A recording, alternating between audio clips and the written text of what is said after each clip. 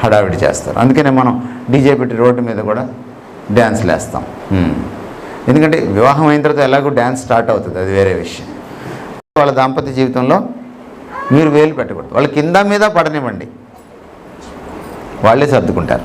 అంటే భర్త భార్యను అవమానిస్తే దేవుని పోలికను, దేవుని స్వరూపాన్ని అవమానించినట్టు, దేవుణ్ణే అవమానించినట్టు. నరుడు ఒంటరిగా ఉండటం మంచి కాదు అన్నప్పుడు ఏమివ్వచ్చు? మా నరుడికి ఏమివ్వచ్చు దేవుడు? ఆదాము ఒంటరిగా ఉన్నాడు, సరే, మరి నెక్స్ట్ ఎవరిని ఇవ్వచ్చు? ఇంకొక ఆదాముని ఇవ్వచ్చు. వాళ్ళిద్దరు ఫ్రెండ్లీగా ఉండొచ్చు కదండి. ఆదాం 1, ఆదాం 2. కానీ యాడమ్కి మేడంని ఎందుకు ఇచ్చాడు? అది question. Gay marriages and the church అని హెడ్డింగ్ పెట్టి ఈ క్రైస్తవులు చర్చ్ వాళ్ళు గే మ్యారేజెస్ని బహిష్కరిస్తున్నారు, ఇది తప్పు అని బర్కాదత్ అనే ఆవిడ, చాలా మంచి జర్నలిస్ట్ ఆవిడ రాత్రిపూట 9 గంటలకి బిగ్ డిబేట్ అని నిర్వహిస్తూ ఉంది. లైవ్ ప్రోగ్రాం వస్తుంది. ఇది సహజమైంది. గే మ్యారేజ్ కూడా చాలా సహజమైంది. అబ్బాయిల్ని పెళ్లి చేసుకోవచ్చు, తప్పేం కాదు. అమ్మాయిల్ని పెళ్లి చేసుకోవచ్చు, తప్పేం కాదు. ఇది ఇప్పుడు వివాహం కావలసిన వాళ్ళు ఇక్కడ ఉన్నారు, వివాహం చేసుకుందాము వద్దా అనుకునే వాళ్ళు ఉన్నారు, లేకపోతే వివాహం చేసుకున్నాక ఎందుకు చేసుకున్నాము అనుకునే వాళ్ళు ఉన్నారు, తర్వాత వివాహం చేసుకొని ఇంకా సర్లే కానీలే అని రాజీ పడిపోయిన వాళ్ళు కూడా ఉన్నారు. వివాహాన్ని ఆస్వాదిస్తూ ఆనందిస్తూ ఉన్న వాళ్ళు కూడా ఉన్నారు. సో అందరితో ప్రభు ఈరోజు సాయంత్రం మాట్లాడాలని మీ మనసుల్లో ప్రార్థన చేసుకోండి. వివాహం మన దేశంలో సాధారణంగా బయటవాడి మెప్పు కోసం చేసుకుంటాం. మనం మామూలుగా సింపుల్గా చేసుకోం. అందుకని మరి ఫస్ట్ వెడ్డింగ్ యానివర్సరీ ఆయన చాలా సింపుల్గా చేసుకుంటున్నారు. అది నిజంగా అభినందనీయం. ఎందుకంటే ఫస్ట్ బర్త్డేనే మనం ఎట్లా చేసుకుంటాం, మరి ఫస్ట్ వెడ్డింగ్ యానివర్సరీ ఆయన ఇంత సాదాసీదాగా చేసుకుంటున్నాడు. దానికి ఆ దంపతులు ఇరువురిని, నవ దంపతుల్ని మనం అభినందించాలి. ఎందుకంటే మన దేశంలో వివాహం అనగానే ఒక అట్టహాసం ఉంటుంది. ఎవరి లెవెల్లో వాళ్ళు, ఎవరి స్తోమత కొద్ది వాళ్ళు హడావిడి చేస్తారు. అందుకనే మనం డీజే పెట్టి రోడ్డు మీద కూడా డ్యాన్స్లు వేస్తాం. ఎందుకంటే వివాహం అయిన తర్వాత ఎలాగో డ్యాన్స్ స్టార్ట్ అవుతుంది, అది వేరే విషయం. కానీ వివాహం సమయంలో మనం డీజే పెట్టి హడావిడి చేస్తాం. మన దేశం కల్చర్ అన్నమాట ఇది. మన దేశంలో ఏంటంటే నా కోసం వివాహం చేసుకోను, వివాహ మహోత్సవం అందరి కోసం, అందరిని మెప్పించాలి, అందరికీ బట్టలు పెట్టాలి, డబ్బులున్నా లేకపోయినా అప్పు చేసి వివాహం చేయాలి, అప్పు చేసి పప్పు కూడా అన్నారు కదా. కానీ బైబిల్ అలా చెప్పట్లేదు. వివాహం మొదట దేవుని కోసం, తర్వాత దంపతుల కోసం, ఆ తర్వాతే మిగిలిన వాళ్ళ కోసం. సమాజానికి వివాహానికి కూడా సంబంధం ఉంది. కానీ సమాజాన్ని మెప్పించడానికో, సమాజంలో ఒక సర్టిఫికెట్ సంపాదించడానికో కాదు. ఏది? వివాహం. వివాహం ద్వారా మనం చేయాల్సిన పనులు చాలా ఉన్నాయి. అది చాలా ప్రాముఖ్యమైనటువంటి విషయం. ఎందుకంటే వివాహం అన్నది మనిషి ఐడియా కాదు. మనం సోషల్ స్టడీస్లో చదువుకుంటాం, మనిషి మొదట ఆది మానవుడిగా ఉన్నాడు, ఆ తర్వాత ఆ యుగం, ఈ యుగం, రాతి యుగం, లోహయుగం, ఇలాంటివన్నీ వచ్చాయి. సడన్గా వివాహం ఐడియా వచ్చింది, నాగరికత వచ్చింది. మీకు తెలుసు కదా, నాగరికత పెరిగే కొద్దీ బట్టలు తీసేస్తున్నారు, మీకు తెలుసు కదా. టైలర్లు కూడా, మరి టైలర్లు బట్టలు మింగేస్తున్నారో వీళ్ళే తక్కువ కొనుక్కుంటున్నారో మనకు తెలియదు. సో నాగరికత ఏం సంస్కారాన్ని నేర్పించదని మనకి దీన్ని బట్టి అర్థమైపోతుంది మనకి. సో నాగరికతలోంచి పుట్టలేదు ఏది? వివాహం అనే ఐడియా. దేవుడు ఆది నుంచే, అంటే ఆది మానవుడిని ఎప్పుడు చేశాడో, ఆది మానవుడు ఎంత పాతోడో, ఎంత ప్రాచీనమైన వాడో, వివాహం కూడా అంతే ప్రాచీనమైందని మనం అందరం తెలుసుకోవాలి. ఇది మధ్యలో వచ్చిన ఐడియా కాదు. అందుకని చాలామంది ఏం చేస్తారు, 4-5 వివాహాలు చేసుకుంటారు. 4-5 వివాహాలు చేసుకొని కూడా వాళ్ళు చక్కగా ప్రపంచంలో చలమని అయిపోతారు కూడా. కొంతమంది వివాహం కూడా అవసరం లేదని ఈ మధ్య కొత్తగా వచ్చింది కదా, ఏమిటది? మీరు చాలా చక్కగా చెప్తున్నారు, లివ్ ఇన్ రిలేషన్షిప్. ఇంగ్లీష్ ఛానల్కి కూడా అర్థమైపోయింది అది. అంటే అంత పరిచయం అయిపోయింది అన్నమాట. చూసారా? సహజీవనం. సో ఎందుకు మనకి ఈ చులకన భావం వచ్చిందంటే వివాహం గురించి. వివాహం మధ్యలో ఎప్పుడో వచ్చింది. ఒకవేళ వివాహాన్ని మనిషే ఏర్పరచుకొని ఉంటే, అది మానవ పద్ధతి అయి ఉంటే, మనిషి మధ్యలో దాన్ని తీసేసుకోవడానికి వాడికి అధికారము ఉంది. మనం ఏర్పరచుకున్న దాన్ని మనం ఎప్పుడైనా కాదనొచ్చు. కానీ అలా కుదరదు. మలాకి గ్రంథంలో దేవుడు ఏం చెప్పాడంటే, నీ వివాహానికి నేను సాక్షిని. మనకి వివాహంలో చాలామంది సాక్షి సంతకాలు పెడతారు కదా. అటు స్వప్న వైపు నుంచి వస్తారు, ఇటు విక్రమ్ వైపు నుంచి వస్తారు. గొడవ ఏం జరగలేదు కాబట్టి సరిపోయింది. కానీ గొడవ ఏదైనా జరిగింది అనుకోండి, ఈ సాక్షులు కనపడరు. సాక్షులు కనపడతారా? మన వివాహం అయినప్పుడు, గొడవ అయినప్పుడు సాక్షులు ఎవరైనా కనపడతారా? మరి వాళ్ళు ఎందుకు పెట్టారు సాక్షి సంతకం? అదనమాట తెలియని విషయం. కానీ దేవుడు ఏమంటున్నాడంటే, నీ వివాహంలో ఏదన్నా గొడవ వచ్చి నువ్వు నీ భార్యను వదిలేస్తే నీ సంగతి నేను చూస్తానన్నాడు. ఎందుకంటే నీ వివాహానికి నేను సాక్షిని అని మలాకి గ్రంథంలో ఆయన చెప్తున్నాడు. అంత ప్రాముఖ్యమైంది. ఒకసారి యేసుక్రీస్తు వారిని మత్తయి సువార్త 19లో మీకు సన్నివేశం కనపడుతుంది. అడిగారు, మోషే పరిత్యాగ పత్రం అంటే చైతన్య నారాయణ వాళ్ళకి అర్థం కాదు. పరిత్యాగ పత్రం ఏంటంటే డైవర్స్ అనమాట. డైవర్స్ పత్రం రాసేవచ్చు అని చెప్పాడు కదా, నువ్వేమంటావు అని అన్నారు. అరే, మీకున్నటువంటి దుర్బుద్ధి వల్ల, మీ మనస్సు సరిగా లేకపోవడం వల్ల, మీ హృదయము నీతిని జరిగించేటువంటి సున్నితత్వం లేక కఠినంగా తయారైంది కాబట్టి, నీతిని జరిగించలేని అశక్తతలో మీరు ఉన్నారు కాబట్టి, ఆ వెసులుబాటు అనుమతించాడే తప్ప ఆది నుంచి ఇలాగున లేదు అన్నాడు ఆయన. అని చెప్పి ఇప్పుడు మనం చదివినటువంటి వాక్య భాగంలో 2:24 ఆయన వాళ్ళకి చదివి వినిపించాడు తన మెమరీలోంచి. పురుషుడు తన తల్లిని తండ్రిని విడిచి తన భార్యను హత్తుకొను, వారు ఏక శరీరమైందురు.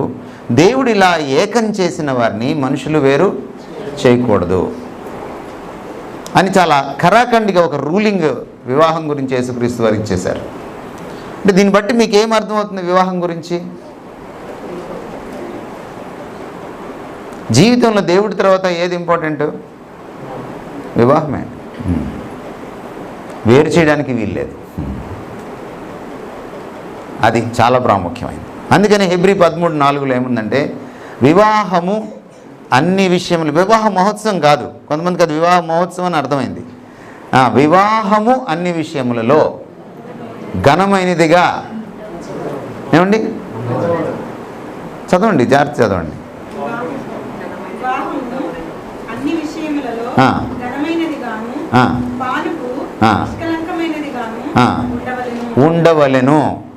ఉండవలెను అంటే ఉండి తీరాల్సిందే అని అర్థం అన్నమాట.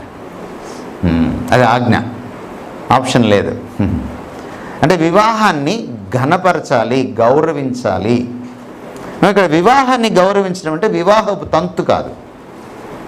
అందుకని చాలామంది ఏమంటున్నారు, వివాహం అన్ని విషయాల్లో ఘనంగా ఉండాలి, ఘనంగా చేసుకోవాలి, డీజే పెట్టాలి, ఘనంగా చేసుకోవాలి, లైట్లు పెట్టాలి, ఘనంగా చేసుకోవాలి కాబట్టి భోజనాలు పెట్టాలి.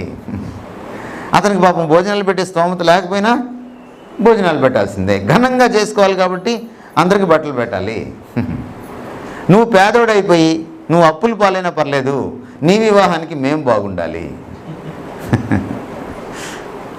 ఈ స్టైల్ వచ్చేసింది అన్నమాట. క్రైస్తవులు కూడా దీన్ని పాటిస్తున్నారు.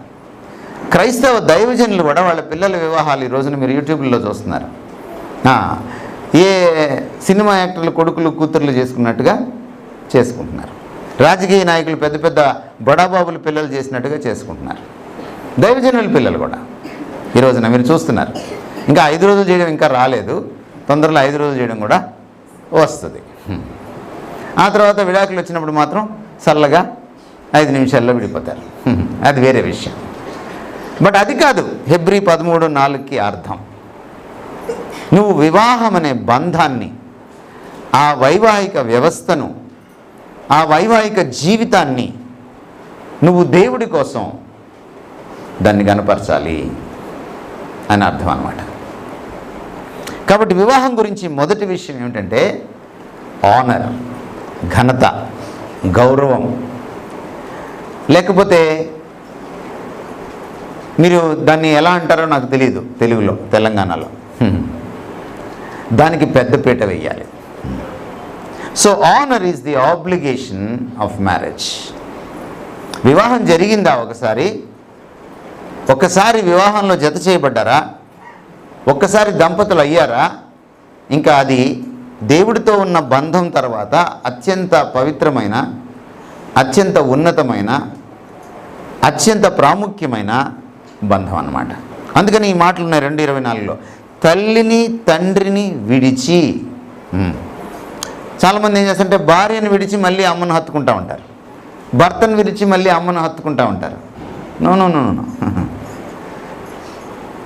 వాళ్ళ సలహాలు తీసుకోవాలి, అది వేరే విషయం. పెద్దల సలహాలు తీసుకోవాలి, కాదనట్లేదు. కానీ పెద్దలు సలహాలు మాత్రమే ఇవ్వరు, వాళ్ళు వేరే కూడా ఇస్తారు. అది ప్రాబ్లం అన్నమాట. సంచేత ఎంత సమున్నతమైందంటే ఇది దేవుడి తర్వాత నెక్స్ట్ ఎవరు? తల్లిదండ్రులే కదా మనకి. తల్లిదండ్రుల్ని కూడా వారికంటే మించిన బంధం అని చెప్తుందన్నమాట. ఇది చాలా స్పష్టంగా. ఇది వివాహం చేసుకోబోయేవాళ్ళు, చేసుకున్న వాళ్ళు కూడా. మొన్నెవరో పాపం యూట్యూబ్లో వాపోతూ ఉన్నారు. ఒక పెళ్ళైనటువంటి బాధితుడు మిగిలిన బాధితులతోటి, భర్తలతోటి సలహా ఇస్తున్నాడు అనమాట. అరే మీకు బుద్ధి లేదురా భర్తలకి, పెళ్ళైపోయిన తర్వాత భార్యలకు సంబంధించినటువంటి అక్క చెల్లెళ్ళు, అన్నదమ్ముళ్ళు, అత్తమామలు వాళ్ళందరితో భార్య చాలా చక్కగా మెయింటైన్ చేస్తుంది రిలేషన్షిప్. ఇటు వచ్చి పెళ్ళైన తర్వాత భర్తే వాళ్ళ ఇంట్లో వాళ్ళతో సరిగ్గా మాట్లాడు. ఉందా భారతదేశంలో ఇది? ఎందుకని? దానికి చెడ్డ పేరు ఏమొచ్చింది? కొడుకులు మంచివాళ్ళు కాదు, కూతుర్లు మంచివాళ్ళు అని. యాక్చువల్గా కొడుకు మంచితనం చెడ్డతనం కాదు, ఇది కూతురు కోడలైన తర్వాత వచ్చిన చెడ్డతనం అన్నమాట ఇది. అలా అంటే కూతురికి ఒక రూలు, కొడుకు ఒక రూల్ లేదు, భార్యకు ఒక రూలు, భర్తకు ఒక రూల్ లేదు. అమ్మ కంటే, నాన్న కంటే, ఇంటి వారి కంటే భార్యకి ఎవరు గొప్ప? దేవుడి తర్వాత భర్తే గొప్ప. అలాగే భర్తకు కూడా భార్యే గొప్ప. సో అది చెప్తున్నాడు అనమాట ఈయన. ఒకరినొకరు గౌరవించుకోవడం అన్నది పెళ్ళికి, లేకపోతే పెళ్ళి జీవితానికి, వైవాహిక జీవితానికి చాలా చాలా తప్పనిసరి అయినటువంటి విషయం. ఇట్స్ అన్ ఆబ్లిగేషన్, ఆప్షన్ కాదు ఇది. ఇది లేకపోతే వివాహానికి గ్యారంటీ లేదు. ఇది చాలా అవసరం. తల్లిదండ్రులు కూడా రేపు మీ పిల్లలకి పెళ్ళిళ్ళు చేస్తారు కాబట్టి ఈ సందర్భంగా మీకు ఒక పాసింగ్ రిమార్క్ చేయాలి నేను. మీ పిల్లల్ని పెళ్ళిళ్ళు అయిన తర్వాత మీరు వేలు పెట్టకూడదు. పెళ్ళిళ్ళు అయిన తర్వాత వాళ్ళ దాంపత్య జీవితంలో మీరు వేలు పెట్టకూడదు. వాళ్ళ కింద మీద పడనివ్వండి, వాళ్ళే సర్దుకుంటారు. మీ అబ్బాయి చిన్నప్పుడు నడక నేర్చుకున్నప్పుడు మీరు ఏం చేస్తారు? ఎప్పుడు ఎత్తుకొని తిరుగుతారా? ఎత్తుకొని తిరిగితే ఏమవుతుంది? వాడికి నడక రాదు. పెళ్ళైన తర్వాత వాళ్ళకి పెళ్ళిలో నడవడం రాదు, అప్పుడప్పుడు పడతారు. కింద మీద పడినివ్వండి, దూరం నుంచి చూడండి అంతే. మీరు ఎత్తుకోవడానికి ట్రై చేశారా? ఏమవుతుంది? ఇంకెప్పటికీ పెళ్ళి సెట్ అవ్వదు. పెళ్ళి సెట్ అవ్వాలంటే రెండు, ఒకటి దేవుడు సెట్ చేయాలి, ఒకటి వాళ్ళిద్దరే సెట్ చేసుకోవాలి. మూడో వాళ్ళు ఎవరు? థర్డ్ పార్టీ లేదు. సో వివాహాన్ని గణపరచడం అంటే మొదట దేవుణ్ణి గణపరచడం, ఎందుకంటే ఆయన వివాహాన్ని స్థాపించాడు కాబట్టి. సో వివాహాన్ని నేను అగౌరవంగా చూశాను అనుకోండి, అది దేవుణ్ణే అగౌరవపరచడం, అవమానపరచడం. ఇది మొదటి విషయం, ఎందుకంటే వివాహం మన ఐడియా కాదు. రెండో విషయం ఏంటంటే వివాహాన్ని గణపరచడం అంటే నా లైఫ్ పార్ట్నర్ని ఘనంగా చూడడం. ఘనంగా చూడడం అంటే ఆమెకేదో పట్టు చీరలు లేకపోతే లోలాకులు ఇవన్నీ కొనియడం కాదు. ఆమెకి మినిమం గౌరవం ఇవ్వడం, అతనికి మినిమం గౌరవం భార్య ఇవ్వడం. దేవుణ్ణి బట్టి ఒకరినొకరు గౌరవించుకోవాలి, పరస్పర గౌరవం ఇచ్చుకోవాలి. ఒకసారి ఆదికాండంలో ముందటి పేజీకి వెళ్దాం మనం. ఎవరు భార్యాభర్తలు ఎవరు ఒకసారి చూడండి. 27వ వచనం చదవండి. ముందటి అధ్యాయంలో 1:27. దేవుడు తన స్వరూపమందు నన్ను సృజించెను, దేవుని స్వరూపమందు వారిని సృజించెను, స్త్రీగాను పురుషులుగాను వారిని సృజించెను, దేవుడు వారిని ఆశీర్వదించెను. చాలు. ఇప్పుడు చూడండి, ఎవరు నీ పార్ట్నర్? ఎవరు నీ పార్ట్నర్? ఎవరు? ఆమె పేరు ఆయన పేరు ఏదైనా కావచ్చు, కానీ ఎవరు మీ పార్ట్నరు? దేవుని పోలిక స్వరూపం. నీ భార్య దేవుని పోలిక, నీ భర్త దేవుని పోలిక. దేవుడి తర్వాత దేవుడు నీ భర్తకి నీ భార్యకి నువ్వు గౌరవం ఇవ్వాలి. దేవుడు అంత ఇవ్వకూడదు, విగ్రహారాధన అవుతుంది. దేవుడి తర్వాత గౌరవం ఇవ్వాలి. నెక్స్ట్ అమ్మ నాన్న కూడా లేరు దేవుని తర్వాత, ఆ తర్వాత అమ్మ నాన్న వస్తారు పెళ్ళైన తర్వాత. అలాగని అమ్మా నాన్నని ఇష్టారాజ్యంగా చూడమని కాదు, అలా చెప్పట్లేదు నేను. అమ్మా నాన్నని రోడ్డు మీద పెట్టాలి, అనాథాశ్రమాలు జరిపించాలని కాదు. కొంతమంది పెళ్ళైన తర్వాత అమ్మా నాన్న అనాథాశ్రమంకి వెళ్తారు, అది దరిద్రం, దుర్మార్గం అది. సో మీరు జాగ్రత్తగా అర్థం చేసుకోండి నేనేం చెప్తున్నాను. ఇంకో రకంగా చెప్పాలంటే భర్త భార్యను అవమానిస్తే దేవుని పోలికను, దేవుని స్వరూపాన్ని అవమానించినట్టు, దేవుణ్ణే అవమానించినట్టు. భర్త భార్యను గౌరవిస్తే భార్యను గౌరవించట్లేదు ఆయన. ఎవరిని గౌరవిస్తున్నాడు? దేవుణ్ణి గౌరవిస్తున్నాడు. So honour is the obligation of marriage. ఎప్పుడు పార్ట్నర్ని, లైఫ్ పార్ట్నర్ని, జీవిత భాగస్వామిని, భర్తను భార్య, భార్యను భర్త గౌరవించుకోవడం ఎలా వస్తుంది? ఈమెను దేవుడు నాకు ఇచ్చాడు, ఈయన్ను దేవుడు నాకు భర్తగా ఇచ్చాడు. ఈ సెన్స్ కోల్పోకూడదు. ఈ సత్యం ఎప్పుడైతే నువ్వు మర్చిపోతావో గౌరవించడం కష్టం అవుతుంది. గౌరవం వారి క్యారెక్టర్ని బట్టి కాదు, గౌరవం వారి టాలెంట్ని బట్టి కాదు, గౌరవం వారి మంచితనాన్ని బట్టి కాదు. గౌరవం వారి భార్య అయినందుకు, భర్త అయినందుకు, దేవుడు నీకు ముడిపెట్టినందుకు. ఒకవేళ క్యారెక్టర్ని బట్టి గౌరవించుకోవడం మొదలెడితే మన గుణాలు ఎంత గొప్పయో మనకు తెలిసిందే. అందుకని భార్యాభర్తలు మాట్లాడుకునేటప్పుడు ఏం చేస్తారు? ఒకరినొకరు బయట వేసుకుంటూ ఉంటారు. ఓ భర్త డాక్టర్ దగ్గరికి వెళ్ళాడంటే పెళ్ళైన చాలా కాలానికి, అయ్యా అన్నీ మర్చిపోతున్నాను డాక్టర్ గారు, ఏదైనా మందు ఇవ్వండి అని. డాక్టర్ గారు మొదటి ప్రశ్న ఏమడిగారంటే, నీకు పెళ్ళయిందా అని అడిగారంట. అంటే పెళ్ళయింది సార్ అన్నాడు. ఎంతకాలం అయింది? 10 ఏళ్ళు అయింది సార్. మరి నువ్వు మర్చిపోకూడదే అన్నాడంట డాక్టర్ గారు. అదేంటి సార్ అన్నాడంట. మీరు గొడవ వేసుకోరా అన్నాడు. వేసుకుంటాం సార్. మరి గొడవ వేసుకున్నప్పుడు నీకు అన్నీ, నీ గతం అంతా గుర్తు చేస్తుంది కదా నీ భార్య. మనం గొడవ వేసుకున్నప్పుడు ఏం జరుగుతుంది? నువ్వు ఇట్టా అనగానే నువ్వు ఇట్టా. కొన్నిసార్లు వీళ్ళిద్దరే కొట్టుకోరు, నీ కుటుంబం ఇట్టా కదా. అప్పుడు నన్నంటే అన్నావు కానీ నా కుటుంబాన్ని అనకూడదు. గౌరవం దేన్ని బట్టి? గౌరవం ప్రభువుని బట్టి. 2 కారణాలు గౌరవానికి. ఒకటి, ఆయన ఆమెను నీకు కట్టబెట్టాడు, దేవుడు నీ భర్తను నీకు కట్టబెట్టాడు, ఇది మొదటి కారణం. రెండవ కారణం, నీ భర్త దేవుని పోలిక, నీ భార్య దేవుని పోలిక. ఏమంటే అర్థమవుతుందా మీకు నేనేం చెప్తున్నాను?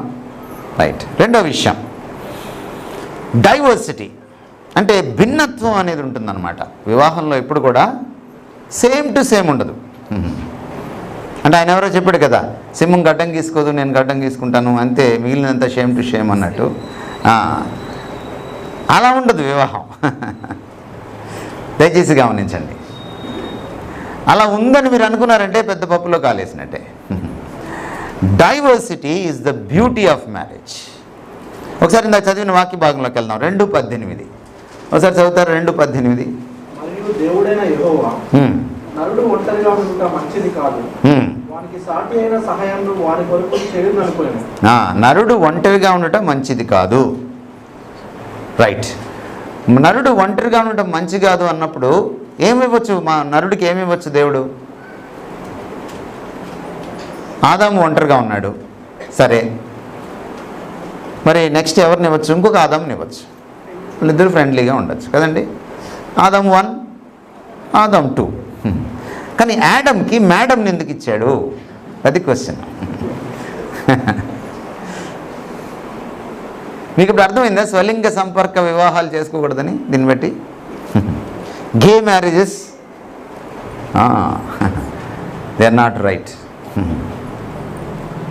చాలా కాలం క్రితం ఎన్డీటీవీలో ఒక ప్రోగ్రాం వస్తుందన్నమాట గే మ్యారేజెస్ మీద. వాళ్ళకి నేను ప్రశ్న వేసేవాడిని కాదు, ఎందుకంటే పక్కన నాకు రోషన్ రావడానికి కారణం ఏంటంటే గే మ్యారేజెస్ అండ్ ద చర్చ్ అని హెడ్డింగ్ పెట్టారు. పెట్టి ఈ క్రైస్తవులు చర్చి వాళ్ళు గే మ్యారేజెస్ని బహిష్కరిస్తున్నారు, ఇది తప్పు అని బర్కాదత్ అనే ఆవిడ, చాలా మంచి జర్నలిస్ట్ ఆవిడ రాత్రిపూట 9 గంటలకి బిగ్ డిబేట్ అని నిర్వహిస్తూ ఉంది. లైవ్ ప్రోగ్రాం వస్తుంది. ఇది సహజమైంది, గే మ్యారేజ్ కూడా చాలా సహజమైంది. అబ్బాయిల్ని పెళ్లి చేసుకోవచ్చు, తప్పేం కాదు. అమ్మాయిల్ని పెళ్లి చేసుకోవచ్చు, తప్పేం కాదు. ఇది ఇప్పుడు మాట కాదు, ఎప్పుడో 15 ఏళ్ల క్రితమే ఆవిడ ప్రోగ్రాం కండక్ట్ చేసింది ఎన్డీటీవీలో, టెలివిజన్లో. అప్పుడు నేను చూస్తూ ఉన్నాను, కింద నెంబర్ ఒకటి స్క్రోల్ అవుతుందన్నమాట, మీ ప్రశ్నలు పంపించండి అని. నేను నెంబర్కి క్వశ్చన్ పెట్టాను అనమాట. బర్కాదత్ గారు, చాలా సంతోషం, మీరు గే మ్యారేజ్ని సపోర్ట్ చేస్తున్నారు. మీరేమన్నారు? ఇది చాలా సహజం అన్నారు కదా, సహజంగా వాళ్ళిద్దరిని పిల్లలు కలమనండి అని అన్నాను. గే మ్యారేజ్ సహజమైతే అబ్బాయి పెళ్లి చేసుకుని ఏం చేయాలి? సహజంగా పిల్లల్ని కనాలి. అమ్మాయి పెళ్లి చేసుకుని ఏం చేయాలి? సహజంగా పిల్లల్ని కనాలి. కనగలరా? సహజమా అసహజమా? పాపం బర్కాదత్తు ఆ ప్రశ్న తీసుకోవాలా, ఎందుకంటే ఆన్సర్ లేదు కదా. దేవుడు యాడమ్కి, యాడమ్ 1కి యాడమ్ 2ని ఇవ్వలే, యాడమ్కి మేడంని ఇచ్చాడు. ఎందుకు ఇచ్చాడు అంటే డైవర్సిటీ. అక్కడ పక్కన ఏం రాశాడు? సాటి అయిన సహాయము. డైవర్సిటీ అంటే ఆమె ఈయనకంటే తక్కువదని కాదు, సాటిది. సాటి అంటే మీకేమర్థమైంది? సమానం. సాటి అంటే సమానం. కానీ ఆమె లేకుండా ఈయన ఉండలేడు, ఈయనకి ఆమె కావాలి. అంటే ఈయనలో లేనిదేదో ఆమెలో ఉంది, అలాగే ఆమెలో లేనిదేదో ఈయనలో ఉంది. ఇద్దరు అమ్మాయిలు అందుకని పెళ్లి చేసుకొని పిల్లల్ని కనలేదు, ఇద్దరు అబ్బాయిలు కూడా పెళ్లి చేసుకొని పిల్లల్ని కనలేదు. అబ్బాయి అమ్మాయే పెళ్లి చేసుకోవాలి. ఇది సహజంగా దేవుడు నియమించింది, వ్యవస్థాపితం చేసింది. ఆ భార్యను ఇచ్చేటప్పుడే భిన్నమైన వ్యక్తిని ఇచ్చాడు. సేమ్ టు సేమ్ యాడమ్ని ఇవ్వలా, భిన్నత్వం అక్కడి నుంచే స్టార్ట్ అయింది. దీనికి పునాది ఏమిటి? భిన్నత్వానికి మనము త్రియేక దేవత్వంలోకి వెళ్తే తండ్రి కుమారుడు ఒకే వ్యక్తులు కాదు, భిన్నమైన వ్యక్తులు. దేవుడికి లింగ భేదాలు ఉండవు. దేవుడు స్త్రీయా పురుషుడా అని అడగకూడదు, ఎందుకంటే దేవుడికి ఆ లింగం అనేది అప్లై కాదు. ఉదాహరణకి ఈ బాటిల్ ఇక్కడ పెట్టారు కదా, ఈ బాటిల్ క్యారెక్టర్ మంచిదా కాదా అని అడిగాను అనుకోండి మిమ్మల్ని, మీరేం చెప్తారు? కాదండి, ఈ బాటిల్ క్యారెక్టరు మంచిదా కాదా అని అడిగాను అనుకోండి, ఏం చెప్తారు? Yes no? నేను కంపెనీ గురించి అడగలా, ఈ బాటిల్ క్యారెక్టర్ అంటే తెలీదా మీకు? తెలీదా క్యారెక్టర్ అంటే? ఆ అమ్మాయి చెడిపోయిందా, అబ్బాయి చెడిపోయాడు అంటుంటారు కదా. ఈ బాటిల్ చెడిపోయిందా, చెడిపోలేదా? దీని క్యారెక్టర్ మంచిదా, దీని శీలం మంచిదా? ఇప్పుడు మీకు తెలంగాణలో ఎలా అర్థమవుతుందో నాకు తెలియదు. Yes sir no? ఎస్సా నోవా? చెప్పలేరు, ఎందుకంటే దీనికి క్యారెక్టర్ ఉండదు. బాటిల్కి క్యారెక్టర్ ఉండదు. క్యారెక్టర్ ఎవరికి ఉంటుంది? వ్యక్తికే ఉంటుంది. అలాగే దేవుడికి భర్త ఎవరు, భార్య ఎవరు అని అడగకూడదు. అది తెలియకే ప్రతి దేవుడికి భార్యను తగిలిచ్చారు, ఒకరిని తగిలించకుండా ఇద్దరిని తగిలించారు, ముగ్గురిని కూడా తగిలించారు. ఎందుకంటే పాపం వీడిద్దరు ముగ్గురు పెట్టుకోవాలంటే దేవుడికి కూడా తగిలించాలి కదా, అందుకే తగిలించారు బయట ప్రపంచంలో. కానీ త్రియేక దేవత్వంలో భిన్నత్వం ఉంది. తండ్రి కుమారుడు కాదు, కుమారుడు పరిశుద్ధాత్ముడు కాదు, పరిశుద్ధాత్ముడు తండ్రి కాదు, కానీ ముగ్గురు కలిసి ఏకదేవుడుగా ఉంటారు. ఆ భిన్నత్వం ఉంది కాబట్టే వివాహంలో కూడా భిన్నత్వం వచ్చింది. ఎందుకు నరుడు ఒంటరిగా ఉంటే మంచిది కాదు, మీరు ఎప్పుడైనా ప్రశ్న వేసుకున్నారా? ఎందుకంటే ఒంటరి అయిన దేవుడి పోలికలో పుట్టలేదు ఆయన.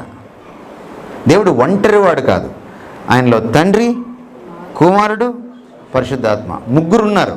వారి మధ్య బంధం, సహవాసం ఉంది. అంతేకాదు వారి మధ్య కుటుంబం ఉంది. వారికి ఇచ్చిన టైటిల్స్ కుటుంబ టైటిల్స్ ఇచ్చారు. మొదటి వ్యక్తి, రెండో వ్యక్తి, మూడో వ్యక్తి అని పెట్టలా. లేదా దేవుడు 1, దేవుడు 2, దేవుడు 3 అని పెట్టలా. తండ్రి, కుమారుడు కుటుంబ టైటిల్స్ అవి. అందుకని పౌలు ఎఫెసీ పత్రికలు ఏమన్నాడు? ఏ తండ్రిని బట్టి ప్రపంచంలో కుటుంబములన్నీ కుటుంబములుగా పిలువబడుతున్నావు, ఆ తండ్రి ముందు నేను మోకరిస్తున్నాను అన్నాడు. వివాహానికి పునాది ఎక్కడుంది? బైబిల్ దేవుళ్ళలో, త్రియేక దేవుళ్ళలో ఉంది. త్రియేక దేవుళ్ళలో అందుకనే భిన్నత్వం ఉంది. అందుకనే వివాహంలో కూడా భిన్నత్వం వచ్చింది. ఎందుకు నరుడు ఒంటరిగా ఉండడం మంచిది కాదంటే, ఒక సమాజమైన సంబంధం ఉన్న దేవుడి పోలికలో పుట్టాడు కనుక, సృష్టింపబడ్డాడు కనుక అతనికి సంబంధం లేకపోతే బ్రతకలేడు. మన దేవుడు ఒంటరి దేవుడు అయ్యి ఉంటే ఆదాము ఒంటరిగానే జీవించేసి ఉండేవాడు, అయిపోయేది. అలా పుట్టింది వివాహం. అందుకే వివాహానికి పునాది ఏంటి? త్రియేక దేవత్వం. బైబిల్ దేవుడే వివాహానికి పునాది అని మనం అర్థం చేసుకోవాలి. కాబట్టి ఈ భిన్నత్వాన్ని భార్యాభర్తలు ఏం చేయాలి? గౌరవించాలి. ఇది చాలా ప్రాముఖ్యమైన సూత్రం. చాలాసార్లు మనం వివాహం అయిన తర్వాత మనం ఏమనుకుంటామంటే భర్త నాలాగుండాలి అనుకుంటాం. చాలాసార్లు వివాహం అయిన తర్వాత భర్త ఏమనుకుంటాడంటే భర్త భార్య నాలాగుండాలి అని అనుకుంటాడు. అస్సలు ఉండలేరు. అందుకని ఒక ఆయన పుస్తకం రాశాడు, men from Mars, women from Venus. Mars, Venus ఏంటి? 2 గ్రహాలు. ఈ మార్స్ అనే గ్రహం నుంచి, అంగారకుడు గ్రహం నుంచి ఈయన వస్తే ఇంకొక వీనస్ అనే గ్రహం నుంచి ఆవిడ వచ్చిందనమాట. అందుకే లేట్ అయింది స్వప్నకి ఈ రోజున. భార్యాభర్తలు ఎవరంటే గ్రహాంతరవాసులు వాళ్ళు. They are aliens. అంటే ఒక గ్రహానికి ఏలియన్ అని ఎందుకన్నా వాళ్ళని? ఇంగ్లీష్లో ఏలియన్ అంటే మీకు తెలుసా? అస్సలు పరిచయం లేనంత దూరంగా ఉన్నవాళ్ళు, అంత అపరిచితులు అన్నమాట. ఎవరు భార్యాభర్త ఎవరు?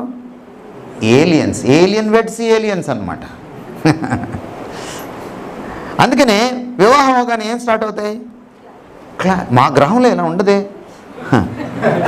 మా గ్రహంలో ఇలాగే ఉంటుంది.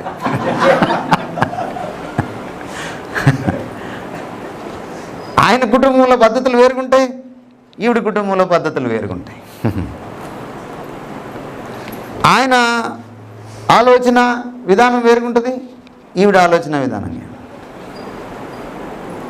అమెరికాలో బాత్రూంలో పేస్ట్ ఎలా పెట్టారు అనే దాన్ని బట్టి కూడా విడాకులైనవి. ఒక ఆయన పేస్ట్ ఇలా పెడతాడు భర్త, భార్య వచ్చి ఇలా పెడుతుంది, నువ్వేంటి ఇలా పెట్టావు? విడాకులు అయిపోయినాయి. కాబట్టి భిన్నత్వం ఉంటుంది, ప్రతి స్థాయిలో ఉంటుంది భిన్నత్వం. ఇంకొక ఎక్స్పెక్టేషన్ మనకేముంటుందంటే అమ్మాయి ఎప్పుడు కూడా నాన్న చూసి పెరుగుతుంది. అందుకని భర్త రాగానే నాన్నలాగా ఉండాలి అనుకుంటుంది. తూచి అస్సలు అనుకోవద్దు. భిన్నత్వం అది. యాక్సెప్ట్ చేస్తామో ఎక్స్పెక్టేషన్లు తగ్గిపోతాయి. ఎక్స్పెక్టేషన్ ఎప్పుడైతే తగ్గిపోతుందో డిసప్పాయింట్మెంట్ తగ్గిపోతుంది.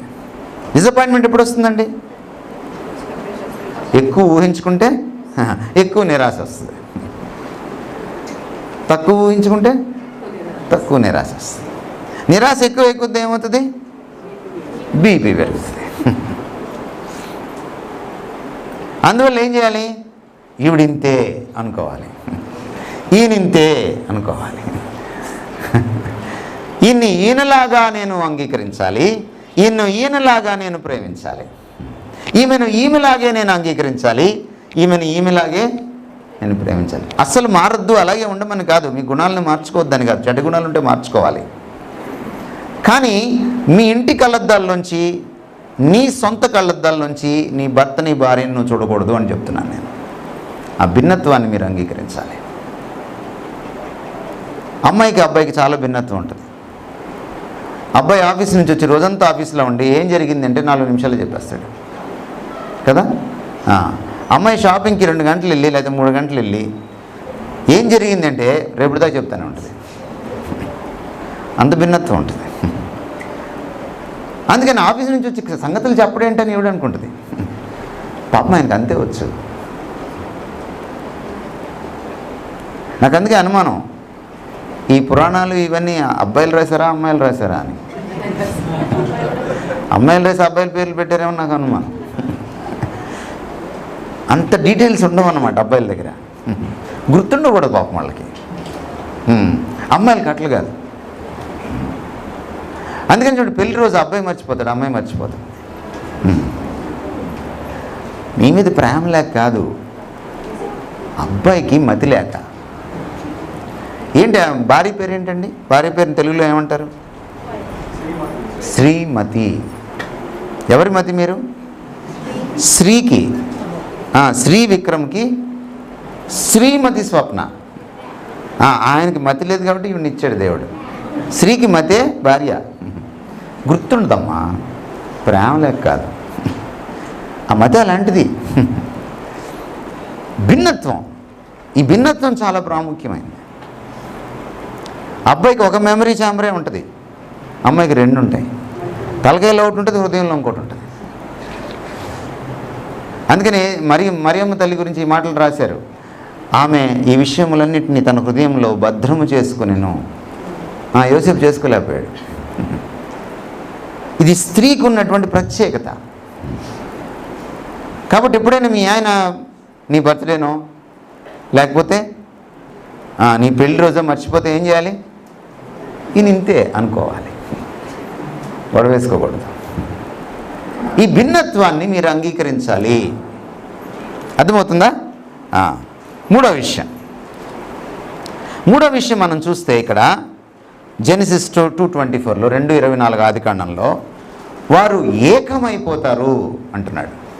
ఎంత ఏకమైపోతారంటే మనుషులు వేరు చేయడానికి వీల్లేనంత. ఇలా వారిని ఏకం చేసిన వారెవరు? దేవుడు అంటున్నాడు ఆయన. దేవుడు జత చేసిన వారిని మనుషులు వేరు చేయకూడదు. వివాహం చేసింది ఎవరు? నరసింహరావు గారో, ఇజ్రాయెల్ గారో, ప్రకాష్ అన్నో కాదు.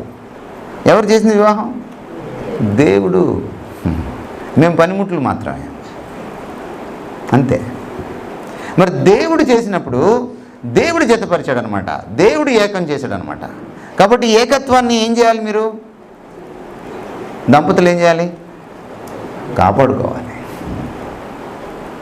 ఏకత్వానికి భంగం కలిగించే మాటలు కానీ, ఏకత్వానికి భంగం కలిగించే పనులు కానీ, ఏకత్వానికి భంగం కలిగించే మూడో పార్టీని లోపలికి తీసుకురావడం కానీ చేయకూడదు. అది అమ్మైనా నాన్నైనా సరే. యూనిటీ చాలా ప్రాముఖ్యమైనది. మళ్ళీ యూనిటీకి కూడా ఎక్కడ పునాది ఉంది? తండ్రి కుమారుడు కాదు, కుమారుడు పరిశుద్ధాత్ముడు కాదు, పరిశుద్ధాత్ముడు తండ్రి కాదు, కానీ వాళ్ళు ముగ్గురు ఏకంగా ఉంటారు. వారు ఎప్పుడు విడిపోరు. అందుకని యేసుక్రీస్తు వారు అన్నారు, తండ్రి నీ యందు నేనును, నా యందు నీవును ఎలాగూ ఏకమే ఉన్నాము, వీరును మన యందు అలాగూ ఏకం కావాలని ఆయన ప్రార్థన చేశారు. కనుక ఏకత్వం ఎలా వస్తుంది అంటే, నువ్వు నీ దేవుడితో ఎంత ఏకమవుతావో అంతగా నీ భార్యతో నువ్వు ఏకమవుతావు. ఏకత్వానికి కావాల్సింది ఏంటంటే ప్రేమ. The unity is the guarantee of marriage. Marriage నిలబడుతుంది అని అంటే ఏంటి? దాని అర్థం ఏంటి? యూనిటీ అన్నమాట. యూనిటీ ఎలా పుడుతుంది? యూనిటీ ఎలా పుడుతుంది? ప్రేమను బట్టి పుడుతుంది. ప్రేమ ఎలా పుడుతుందో ఎవడు చెప్పలేడు. ఆదాముకి అనస్థీషియా ఇచ్చాడు దేవుడు, పక్కటెముక తీసేశాడు. కళ్ళు తెరిచేటప్పటికి పక్కటెముక పోయిందని తెలీదు, పక్కలో ఒక బల్లెం వచ్చిందని తెలియదు. హవ్వను చూశాడు, కళ్ళు తెరవగానే ఎవరిని చూశారు? హవ్వను చూశాడు. హవ్వను చూడగానే ఆదామంతం ఎప్పుడైనా అసలు ఒక స్త్రీని ఎవరినైనా వేరే అలాంటి స్త్రీని ఎప్పుడైనా చూశాడా? స్త్రీని చూడడమే ఫస్ట్, భార్యను చూడడం కూడా ఫస్ట్. కానీ ఏమన్నాడు ఆదాము? నాది అన్నాడు. నా ఎముక, నా మాంసం అన్నాడు. వెంటనే ప్రేమలో పడ్డాడు. నా ప్రేమ ఎప్పుడు దాకా నిలబడుతుంది అంటే నాది అనుకున్నంత వరకు నాది అనుకోవాలి. ఎవరిని చెప్పినా ఈమె నా భార్య, ఎవరిని చెప్పినా ఇతను నా భర్త. తిట్టుకున్నా కొట్టుకున్నా ఆఖిర్ ఓ కౌన్ హై, మేరా బీవీ హై అనుకోవాలన్నమాట.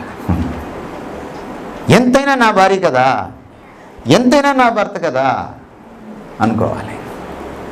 ఈ సెన్స్ ఆఫ్ బిలాంగింగ్ మిస్ అయిందా ఇంకంతే.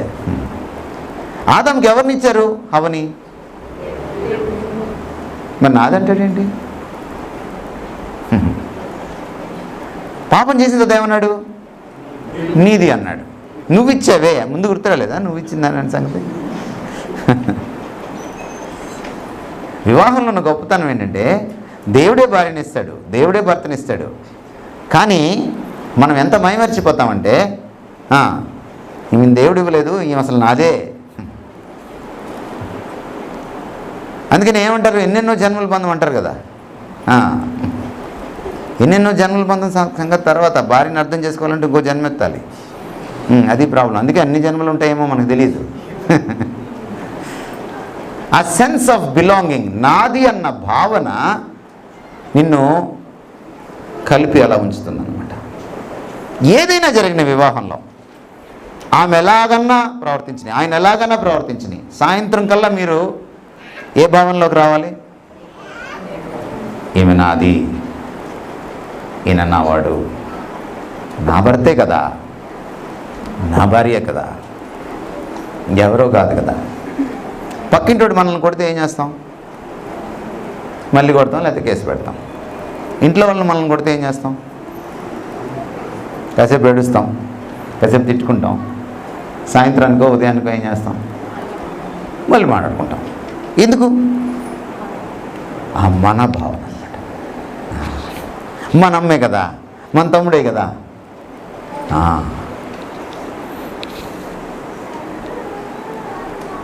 ఇదే భావన వివాహంలో ఉండాలి. So unity is the guarantee. మళ్ళీ యూనిటీకి కూడా డైవర్సిటీ లాగా ఆయనే పునాది కాబట్టి ఆయన మీద నువ్వు ఎంత ఆధారపడతావో, ఆయన నువ్వెంత హత్తుకుంటావో, నీ భార్య నీ భర్తను నువ్వు అంత హత్తుకోవడానికి వీలవుతుంది. ఎందుకంటే పునాది ఆయన. నాలుగో విషయం వెరాసిటీ. వెరాసిటీ అంటే సత్యం, నిజాయితీ. Veracity is the God of marriage. నీ వివాహాన్ని పాడవకుండా కాపాడేటువంటి కావలి కాచేది ఏంటంటే నిజాయితీ. ఎప్పుడు బాధపడుతుంది భార్య? నువ్వు చెప్పకుండా విషయం మూడో వాడు చెప్తే బాధపడుతుంది. ఎప్పుడు బాధపడతాడు భర్త? నువ్వు చెప్పకుండా వేరే వాళ్ళ ద్వారా తెలిసిందనుకో. సపోజ్ మీరు బయటికి వెళ్ళి ఎవరితోనో ఫోన్లో మాట్లాడు భర్త, పక్కింటి ఆంటీ అంది, ఏంటి బాబు మీ అత్తగారు వస్తున్నారంట కదా రేపు అనింది అనుకోండి, ఈయనకి తెలియలేదు అనుకోండి, ఎలా ఉంటుంది? ఎలా ఉంటుంది? ఆ ఫీలింగ్ ఎలా ఉంటుంది?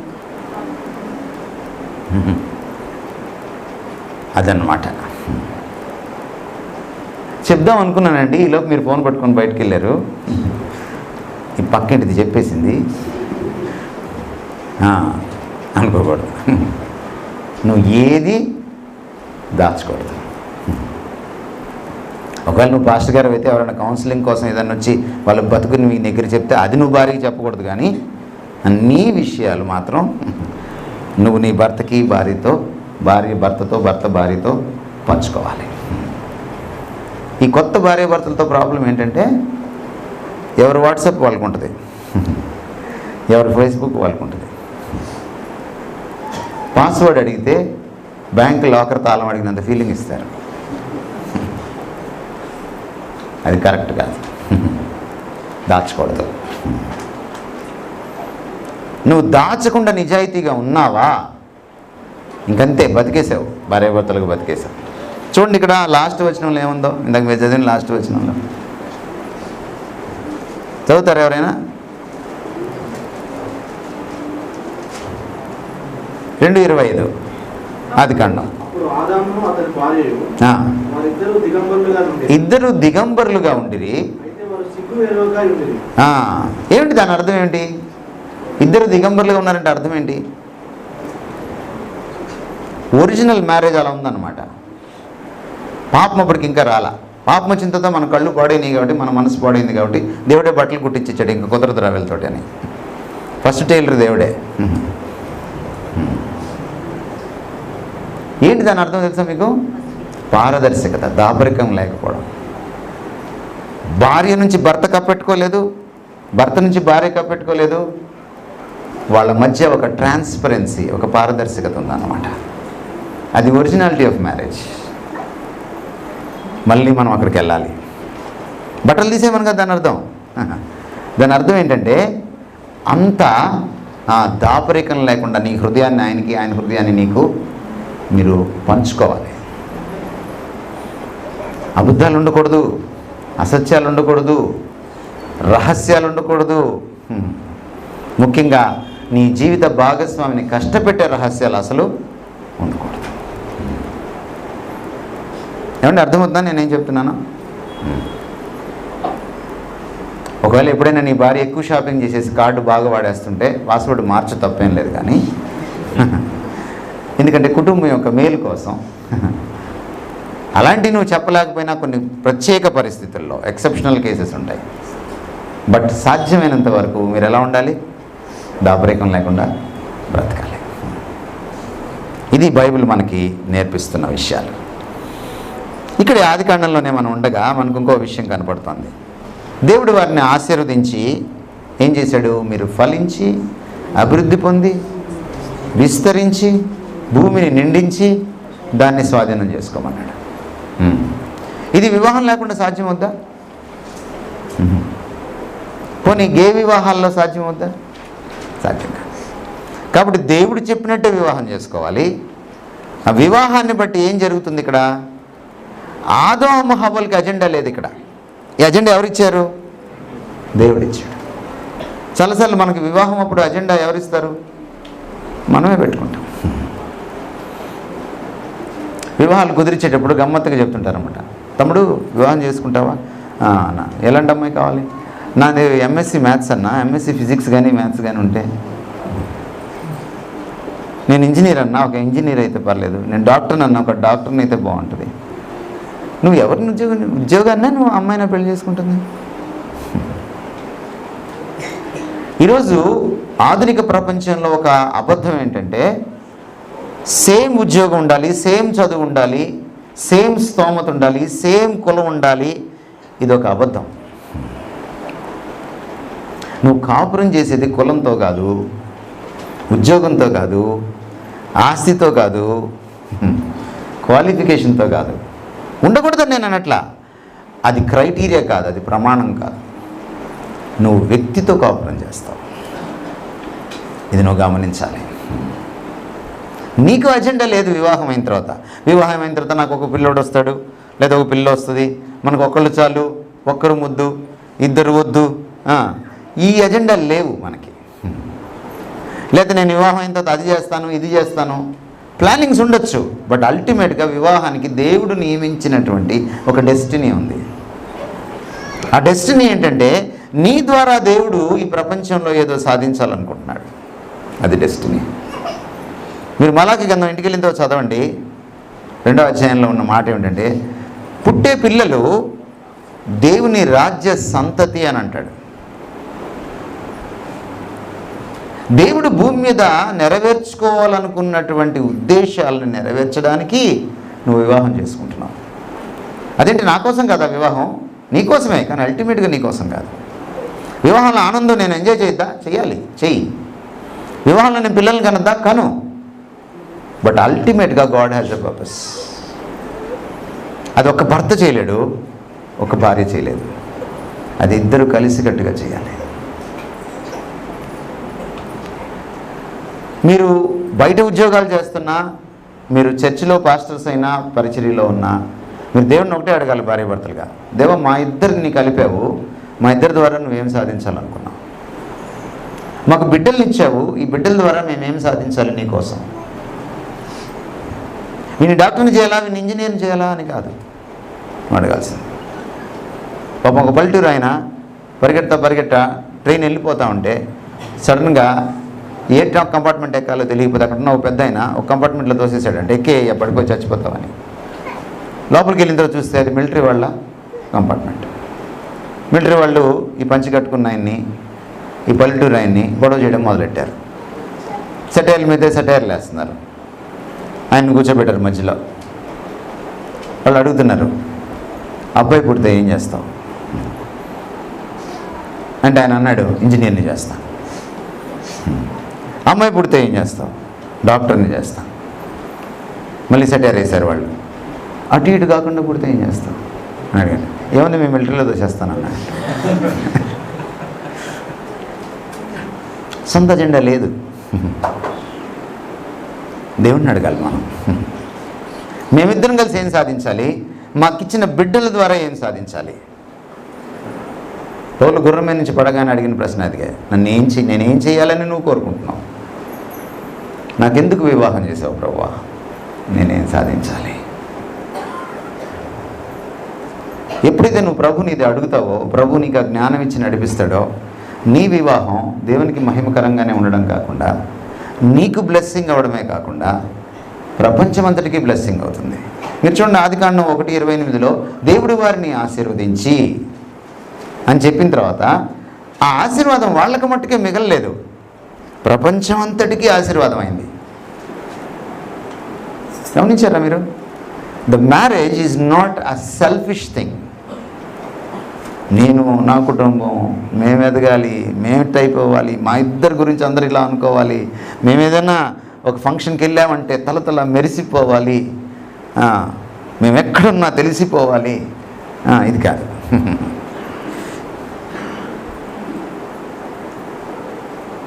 అమ్మాయిలు ఆభరణాలు వేసుకోవడం రావడమే కాకుండా ఈ మధ్య అబ్బాయిలు కూడా అదేంటో షర్ట్ పైన వేస్తున్నారు, షర్ట్ ఒక బటన్ తీసి సైడ్కి లాగుతున్నారు. సాధారణంగా ఫిజిక్స్ రూల్ ప్రకారం గ్రావిటీ అని ఒకటి ఉంటుంది కదా, గురుత్వాకర్షణ శక్తి. మీరు దండ వేయండి, మధ్యలో ఎక్కడ వేలాడుతుంది దండ, మధ్యలోకి వేలాడుతుంది. కానీ అబ్బాయిల దండ ఏంటో సైడ్కి వెళ్తుంది. ఎందుకంటే అలా సైడ్కి లాగకపోతే ప్రజలకి కనపడదు. సూట్ వేసుకుంటాడు, ఈ పైన కడియం వేసుకుంటాడు, ఇటు అంటుంటాడు మధ్యలో. వీటి కోసం కాదు వివాహం. చర్చిలో నీ డాబు ప్రదర్శించుకోవడానికి, దీనికోసం కాదు వివాహం. నువ్వు దేవుడి కోసం ఏదో సాధించాలి, అందుకు నీకు ఒక జీవిత భాగస్వామిని ఇచ్చాడు.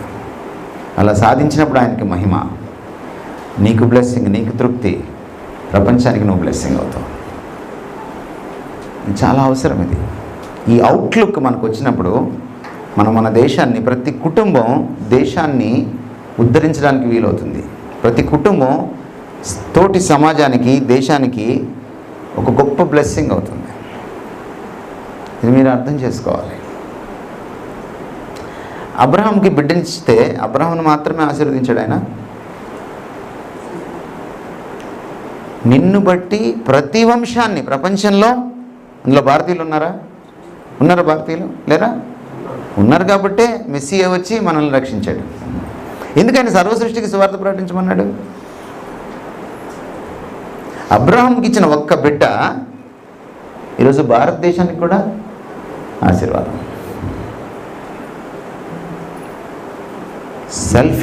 సెల్ఫిష్ థింగ్స్ కోసం, స్వార్థం కోసం కాదు వివాహం. రైట్? నా మాటలు విన్నందుకు ధన్యవాదాలు. God bless you. చాలా విషయాలు చెప్పగలను, కానీ ప్రస్తుతానికి ఇది చాలు.